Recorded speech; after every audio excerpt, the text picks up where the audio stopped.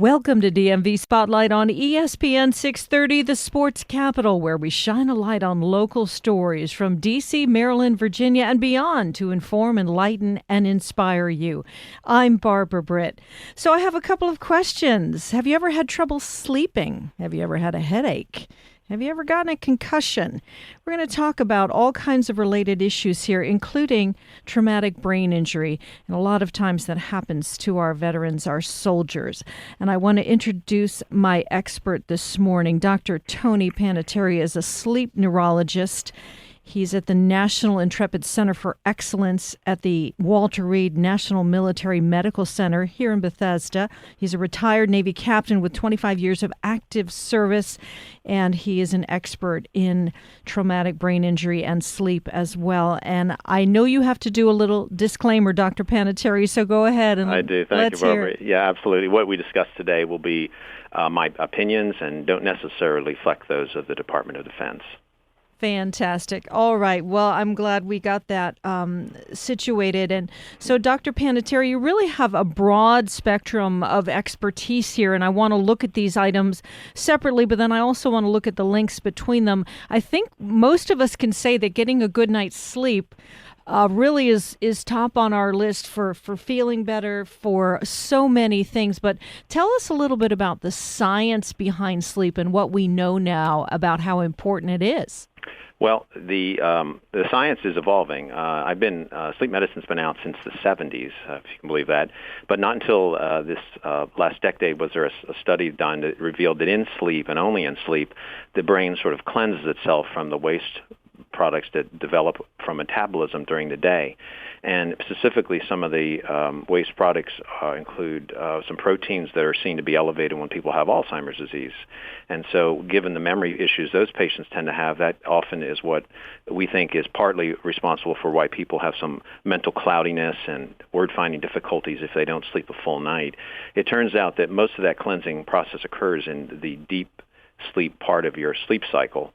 And sleep cycle, for a good night of sleep, you need 5 a night. They're 90 minutes long, and that would total up to 7.5 to 8 hours of sleep in totality, which is why we make that as a recommendation. So it's not just physical restoration, but it's cognitive restoration for you to be feeling the best. And Tony, I mean, I'm certainly not an expert in any way, shape, or form, but I do see a lot of studies, and most of the studies that I see, we don't get anywhere near that. Mm-hmm. Now, it's also the amount and also the quality. We don't seem to get either one. Right. So the average American only sleeps about 6 hours. So that's 4 sleep cycles, not 5. And so that insufficient sleep is the number one reason across all populations in this country as to why people are sleepy. And that's partly because there's usually a hard wake up in the morning due to the job, and so life and different activities that people are engaged in keeps pushing them to the right, so they stay up later and later to get all that in, and with the sort of the mindset that I can sacrifice some sleep to get this done.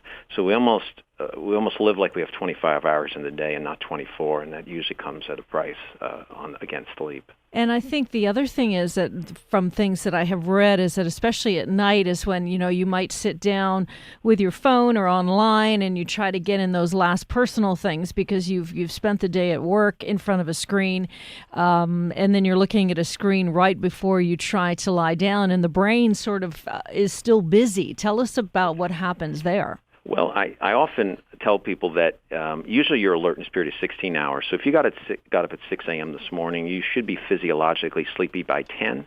And what I find is that most people are physically tired by 10, but they're not necessarily mentally in the same place. They're not at the same level of fatigue and ready to fall asleep. And so your brain will release melatonin, which is a hormone that is promoting sleepiness, and it takes about 2 hours for it to work well. So I usually tell people the trigger for melatonin release is based on light exposure. So in the morning when you get up, you want bright light, kind of tells the brain the sun is up, even though it may not be. So I have people put white daylight bulbs in their bathroom. Give the cue to your brain the sun is up. You're kind of tricking in that regard. And then, but conversely, at 8 o'clock at night, you want to start dimming lights down. Try not to watch TV. Try not to use your devices or phone. And that allows the melatonin to be released because the brain's thinking the sun has gone down. And it is at this time of year, but in the summer it's not. And so what often happens is people are go all through the day and finally keep the lights on bright in the evening, and then they just turn them off and go to bed with the idea they might be able to fall asleep, and that rarely happens. There needs to be a buffer there to allow the brain to kind of quiet down and be ready to fall asleep. And ideally, what is that buffer? Is it reading? Is it just being still? Or a lot of times people want to meditate or just have kind of a quiet time. That's not always possible if you have a busy family or other things going on in your life. What do you recommend? So what I like people to do is, let's say you desire to be asleep at 10. So I call it the golden hour. So going backwards to 9 o'clock, at that point you want to have already kind of showered, brushed your teeth. You're sitting quietly, not in the bed yet, even though you might be somewhat tired, to allow you to kind of close the day down. I like people to sit down and just do a little journaling, write some of the things that are on your mind, the things you have to do, things you're reflecting on, not to solve them, but just to make note of them. And in doing that, it allows the brain to sort of offload some of the processing that will normally happen in the bed. Ruminations and thinking about things are very common in the bed, and we want to take that out of the bedroom and put it into another room. It's a necessary activity for the brain, but it's also one that shouldn't be done in the bedroom. So by doing that in the chair for, say, 10 or 15 minutes, that'll help your memory the next day, helps take the pressure off the brain doing it in the bed. And then from that, I then have people transition to just doing some light reading. So that's things not related to your job or world events that might cause some anxiety, but just things that are easy. So I'd like to look at car magazines. I'm not an avid collector of them, but I get different magazines in the mail that I'll read over. Or I don't read neurology at night, for instance, something I'm trying to remember. And then I read the magazine, not advice, a magazine, until I start falling asleep on the book. And typically that happens before 10 o'clock for me because I'm pretty patterned in my sleep. But sometimes I'm not. Just for whatever reason, I'm more lively, and I just stay up and keep reading until I reach the sleepy threshold. And at that point, then I just go to the bed. I don't do anything to sort of wake up again. That's why I say always brush your teeth, already showered, all those things, so that I'm just heading to the bed with the idea that I'm likely to fall asleep. And you mentioned a pattern, and I know that for a lot of people, especially in the Washington area, in order to beat our traffic, a lot of folks do get up early, especially if you're working for the federal government or in the military. You might have an early start, early shift somewhere, and then on the weekend, you're like, oh, I can make up my sleep. How important is it to have a pattern every day in order to get the sleep that we need? Well, one of the common misconceptions is you can sort of make up sleep on weekends. And I tell people that, well, if you skip lunch today, you'd probably just eat a little more dinner. You wouldn't wait till Saturday and Sunday and eat more. And so I think that sleep needs to be replenished on almost a real-time basis. So I don't use weekends to catch up. I try to make sure there's enough time allocated during the week to get enough sleep in that 7.5, 8-hour window. But also then on weekends, if there is any tendency to sleep in, say, like I get up at 5 normally to come in, but I won't sleep later than 7 on the weekend, even if I'm a little sleepy at 7, because I want to kind of keep my internal clock, my circadian rhythm, locked on about the same time frame. Because again, the alertness time is 16 hours. So if I don't get up till say 9, I probably won't be able to fall asleep till 1 o'clock in the morning that night. And I don't want that to happen, especially come Sunday night into Monday when I'm trying to get up for work again. So you can slide your wake up about 2 hours on Saturday and Sunday without too much of an adverse effect, on the premise that you're probably more busier on the weekend, doing more yard work or more activity than a normal, say, desk job like I happen to have. And so that's how I kind of offset that. But if you sleep in 4 or 5 hours later than usual, it throws the brain off as to where you are and what time of day it is, and that causes you to not feel as well. And Tony, at this time of year, Dr. Panettiere, people do suffer from seasonal affective disorder, partly because there isn't enough sunlight. That goes back to your point about having white lights first thing on in the morning. Right. Exactly right. In fact, it's particularly common in northern climates like Alaska and Seattle area where there's much less daylight.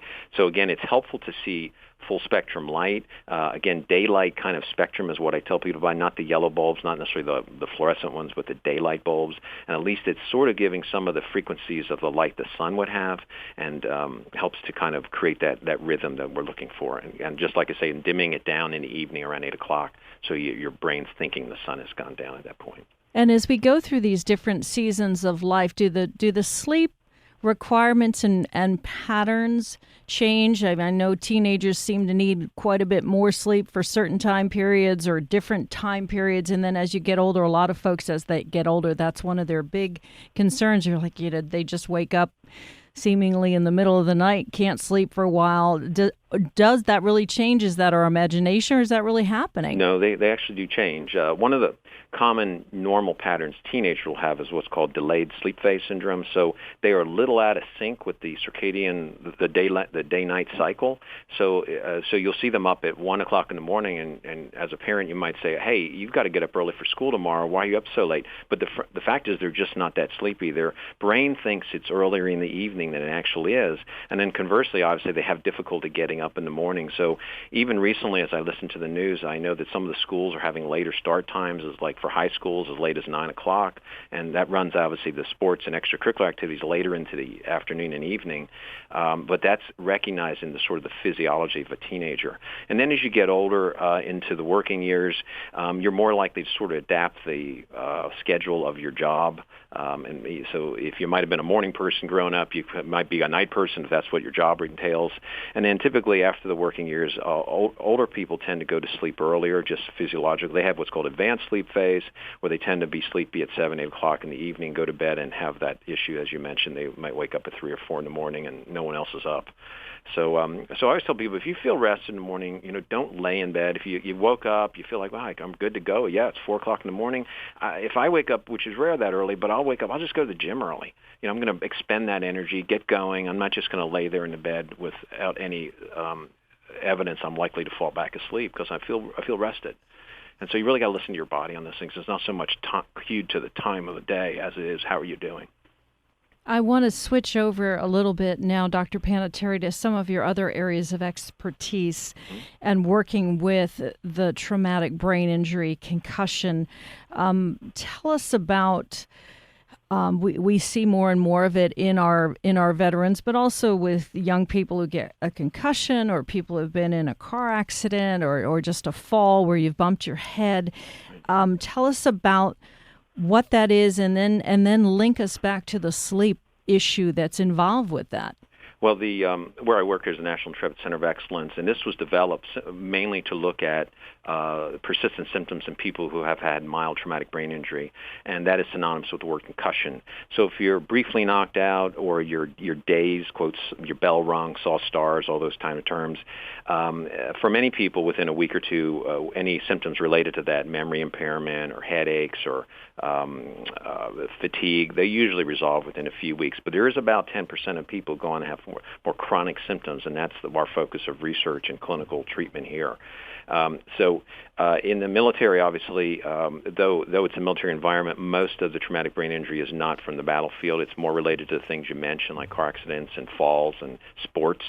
Most of our population is in the 18 to 21 male demographic, and they just inherently are more likely to have head injury no matter whether they're in the military or not. So the way that rolls then into sleep is that oftentimes people will have, especially if it's linked to a traumatic event, the head injury, that there may be a tendency to be somewhat hyper-aroused by that, meaning you're sort of vigilant, you're feeling anxiety that you didn't normally have, and that can spill into sleep at night and make it either difficult to fall asleep, stay asleep, or you end up having nightmares, sort of reliving the event a little bit at night.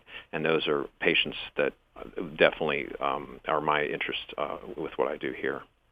And certainly not to bridge any kind of patient-client, doctor-client privilege, that tell us how, in a general sense, you advise some of these, as you mentioned, typically young men who have had some kind of mild traumatic brain injury.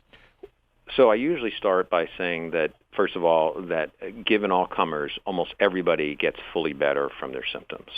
For mild TBI, I'm talking about, not when there's penetration of the skull and things like that. The question is, how long will that take? I don't know that necessarily, but most improvement happens in the first 6 months, but it can extend out to 2 years. And so, that's the first point. So there is hope instilled in the patient. And then when it comes to issues related to sleep, I don't like to use medication for that. If I have to use medication, I try to think, say they had headaches and they also had insomnia, I might try to pick a medication that they take daily to help them to fall asleep at night that's also shown to be effective in decreasing headache severity and frequency. And most of my people I see don't like taking meds anyway, so I have to always sort of think in ways that, hey, this one pill may help 3 different symptoms, which is how I would think anyway. And then the other thing is just behavioral changes. The tendency is people have insomnia, they tend to catastrophize sleep at night. If you have a few nights where you couldn't fall asleep, then say the third night you go to sleep, you don't look forward to it. You worry what might happen. Will I sleep tonight? Oh my gosh, now it's 1 o'clock in the morning and I haven't fallen asleep tonight. I have to get some sleep. And so they sort of keep telling themselves in negative ways how important sleep is. And the part about sleep that I always remind people is that you never control falling asleep. You only control waking up. And so if you can lock on to getting up about the same time, give or take an hour or two every morning, then you're most likely to fall into a better pattern at night to fall asleep. And tell us about, I know that there are so many medications on the market, even in the drugstore, even at the grocery store, Dr. Panettiere, that are geared towards supposedly helping people sleep. And I don't want to necessarily get us off topic, but tell us your view on some of these things. Insomnia is a very common problem, even outside of TBI. And for most people, they'll have acute insomnia, where for a week or two, some say sudden death of a mother or father, something that threw you off your normal pattern, can cause some insomnia. And so the question then is whether that person is going to go on and become a chronic insomniac and need medical intervention. And so it really depends on how they respond in those first couple weeks of the acute event. Most people, they do fine. The stressor resolves. They're back to falling asleep again, and they never have any issues. But for others, they'll have a tendency to kind of lock on to the event and ruminate about it at night, think about it at night, and that causes them problems to fall asleep or stay asleep. So the sort of what's thought is the easy way is I'll just take this over-the-counter medication that may be for sleep. It may be for colds, which has some sleeping medicine in it. And they'll take that, and it'll probably work for a while, but it also then puts them into a pattern that they might at least be psychologically dependent on having to still take it, even when the stressor has sort of dissipated. And that's what I always try to get people to stay clear of, to not try to fall into the pill trap. You really, the goal always is to not need the doctor, not need the medication. And the best way to do that is to sort of have a global view of how this is going to go, and not to fall in some bad habits that stem from the initial inciting event. So if people are listening and they have had perhaps a traumatic event in their life and they're experiencing this sleep difficulty, when should they maybe seek some kind of medical assistance from a doctor? I think if someone sees their symptoms are persisting beyond a month and really not getting any better, I would say at least probably seeing their primary care. And again, my hope would be that would not be to get medication. It would be maybe to get some counseling on sleep hygiene, things to do at night to help relax yourself, to quiet the mind down, a little bit of what I've already discussed. On occasion, it's beyond the expertise, or the complexity is too high for a primary care level, and that's when I would say a sleep medicine doctor should be involved. And even sometimes I'll seek the co-management with the psychiatrist or psychologist if the events are really too vivid. They're thinking about them through the day. They're thinking about them at night. It's causing a lot of anxiety as they think about these things, which can be part of what's known as PTSD, or at least post-traumatic stress, if not the disorder. Then that's where I might need a little help. And that's, at least at my workplace, we have co-management of most of these cases, because one person alone may not be enough. And so you mentioned post-traumatic stress disorder, and I know that is not your primary focus, but obviously there are components here that overlap. Tell us about really what PTSD is. We hear it more now than we ever used to, and help us understand it a little bit. So if someone has exposure to a traumatic event in which they either have great horror, great fear, helplessness, it may, and I say may because everyone has a different sort of toleration or resilience to these traumatic events, it may cause them to sort of relive the experience repeatedly in a chronic fashion. And in doing so, it might start to cause this anxiety throughout the day, and anxiety that can then extend to the night. The reliving of experiences can be thought of a lot during the day, and if it is thought of, if it enters into sleep, it can end up being nightmares. And there can also be an emotional numbing attempt, not something sort of not known to the person doing it, but in an attempt to quiet the symptoms down, they become distant, and things that are normally emotionally provoking, birth of a new baby or someone getting a promotion, you've hardened yourself against the traumatic event, and now you're sort of numb to all the other sort of emotionally elating events that might happen to you. And so you see that often. It causes sometimes marital relationship conflicts because there's this protective mechanism going on in the background to help damp this unpleasant feeling that stem from that initial event. And obviously in my line it can be in the battlefield, but it could be even in a car accident. The whole idea of going through that and hitting and the emotion, especially if somebody was hurt, I mean, it's very emotional. And so that's where I really think sometimes that the help of a mental health expert, maybe sleep doctor, can help draw this together and reframe it, help people to walk through it and have a healthier attitude towards it so they can eventually resolve. And you mentioned reframing. That's a word that we're hearing more and more. What does that really mean? Well, when we reframe things, it's sort of like the glass is half empty or half full. And so we try to find like a positive aspect to an event that maybe somebody can learn from that and bring it forward so that either keeps them from having a similar event happen in the future or to help someone else who's had that event. So that they're sort of become a minister of, an enabling person to someone else who might go through that, if not themselves again.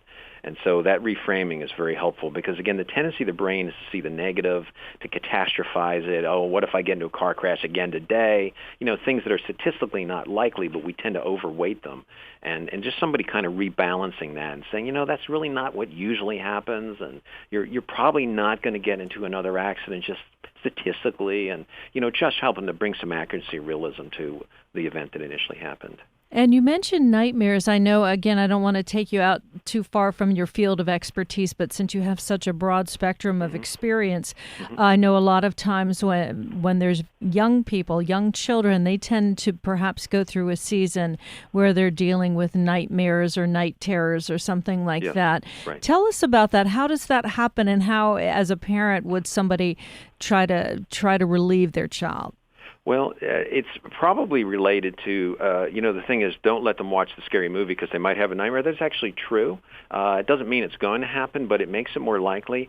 So oftentimes, whatever we think about through the day, the brain will sort of replay some of that at times during the night, and it may be so emotionally impacting that it actually either wakes you up or even, and sometimes with night terrors, children don't even know they're having it. They're just completely horrified and then fall back asleep and have no memory it happened. But certainly for adults when it happens, if they tend to have the same sort of 1, 2, or 3 nightmares on a regular basis, what I have them do is a process called image rehearsal therapy where they write the actual dream down, and then I have them modify it to a less intense story. So if it were me falling off the ladder and breaking my leg, and that's what I keep dreaming about at night, and it wakes me up, then I might relive it or rewrite it as I fell off the ladder and I got bruised up pretty good, but nothing broken. I was okay. And then when I start locking onto that dream, which usually takes a few weeks, I might modify it again where it wasn't a 20-foot ladder. I fell off a step stool, only fell 2 feet. Got bruised up, no big deal. And that's kind of how I kind of get the brain to sort of track in a new direction off of a somewhat similar scenario. And that helps to prevent them. They eventually dissipate. There are medications for nightmares, but and if they're very random, I sometimes have to use that if they're frequent or random. But if they're sort of the same couple, then usually the image rehearsal is pretty effective. You're making me think, Dr. Panettiere, a lot of people put a lot of emphasis into their dreams, or they think back on their dreams, they rework their dreams, and sometimes their dreams might be fairly fantastical. Right, exactly. Hoping that's a word. What does the science say about that? Well, they're poorly understood. We think that the dreaming portion of your sleep cycle is involved with taking short-term memories of the day and taking the important ones and moving them to long-term memory, which is a different part of the brain. So we think there's an important role for that, generally speaking. Obviously, traumatic events, you don't necessarily want those to be moved into long-term. Obviously, they'll always be there. You'll know it happened potentially, but you don't want that to be such a strong emotion-laden memory. So it is important for people to dream at night. And so I tell them I never really want to suppress dreams. And even the medications for nightmares don't necessarily suppress them. They just disconnect the emotion from the dream so they don't wake up. So we find that like certain antidepressants can sometimes diminish the amount of dream sleep, and that might have some influence on how well you can remember the next day. So you like the normal, natural. I'm a big believer in the best sleep you can have is natural sleep without the aid of medications, and that's what I'm always working towards. And so then that sort of brings me to exercise and that component where it really does physically tire you out. Is that part of what has to happen? I think exercise is important for many reasons. For one, I'll say that often people say, what's the best way to prevent dementia? And the answer is walk a mile a day. And so that kind of just getting some cardio, obviously that might not be enough for a young person, but for certainly somebody in their 70s, if they can walk a mile a day, that's certainly been shown in plenty of studies to be protective against getting dementia. But in terms of sleep, I think it's best that I tell people to try to work out to some degree, at least for half an hour, 45 minutes every single day. It does a couple things. If you can get the cardio up where your heart rate's up 80% of your max, that for that time period, it seems to help the brain, stimulates the brain to make certain proteins that strengthen neural connections, so that helps your memory as well. And additionally, by exercising, it promotes sleepiness earlier into the night. So if I stay in my desk job talking to patients all day, needing to be asleep by 9, get up at 5, I'm not that sleepy by 9. So literally every day, I'm looking for where's the half an hour I can jump on the treadmill, run the dog, swim if that was a time to do that. I'm always trying to sweat it up at least part of the day so that I'm able to feel sleepy enough by the end of the day. Some people ask me when's best to work out. I think morning's best, then lunch, and then right at the end of the workday. The unfavorable time to do it is within 2 hours of going to bed because it tends to raise adrenaline levels, and that makes it harder to fall asleep. So I try to build it in every day. Realistically, you probably can't work out every day. Things happen. But if you try every day, you probably get 5 days a week in, which is pretty healthy living, keeps your weight down, minimizes the chance of eventually getting sleep apnea, and overall health is better that way. And then that brings me to, of course, one of our favorites, caffeine. And I'm hoping that we don't have to live without that in order to have good sleep. So I always tell people, certainly I drink a couple cups myself, but I limit it before 10 o'clock. Most people are sensitive to the effects of caffeine, and so we like people to have stopped drinking it before noontime. I realize there's a little bit of a lull in the afternoon. There's a tendency to want to drink something to get through the afternoon work. But if you do that, it may have a negative effect on your ability to fall asleep at night. I have some patients who can drink coffee right up till they go to bed. Seems not to affect them.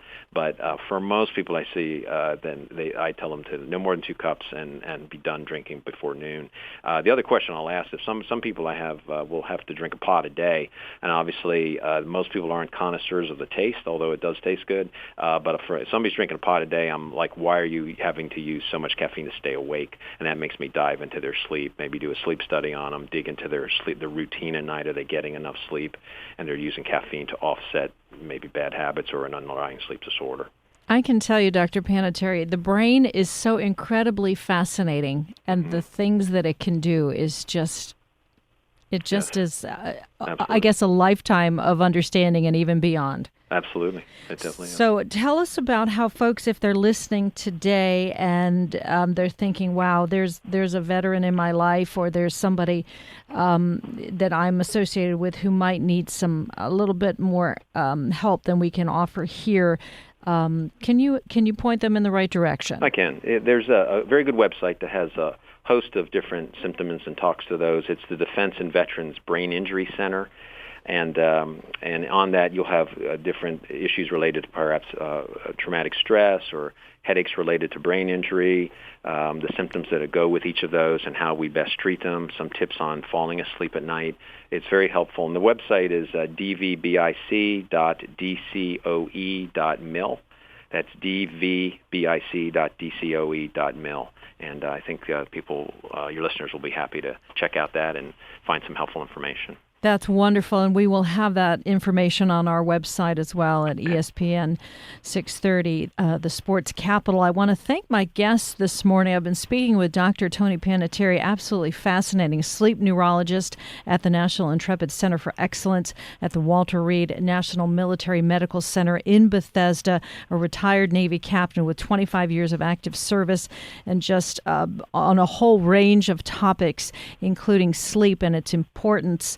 And again, how the effect for our soldiers who've had some mild brain injuries as well, and how important it is for them to get the help they need. And I want to thank you for doing that work for our nation and for our soldiers, Dr. Panettiere, so very much. Thank you. Yeah, thank you. It's an honor. And just give us that website one last time. One last time, it's dvbic.dcoe.mil,